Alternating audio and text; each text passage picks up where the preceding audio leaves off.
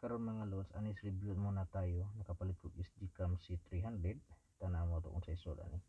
Naisod na usa ka screen with mounted battery na siya nya type C ug usa ka unit nga nay kamera nga mounted gyapon ang battery nay lens kompleto na para makakita ka og magamit nimo nga picture.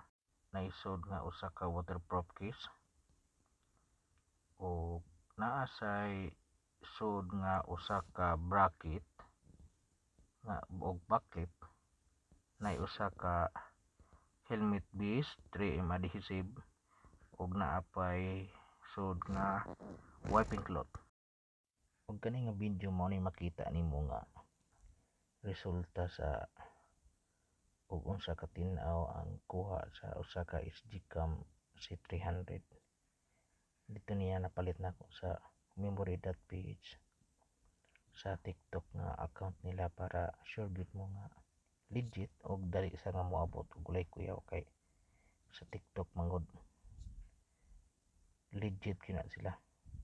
Ay mo kumpiyansa sa uban kay delikado kayo, mahal ra ba ni. Sa mga pangutana, please comment down below kay tubagon ra ta mo. Salamat.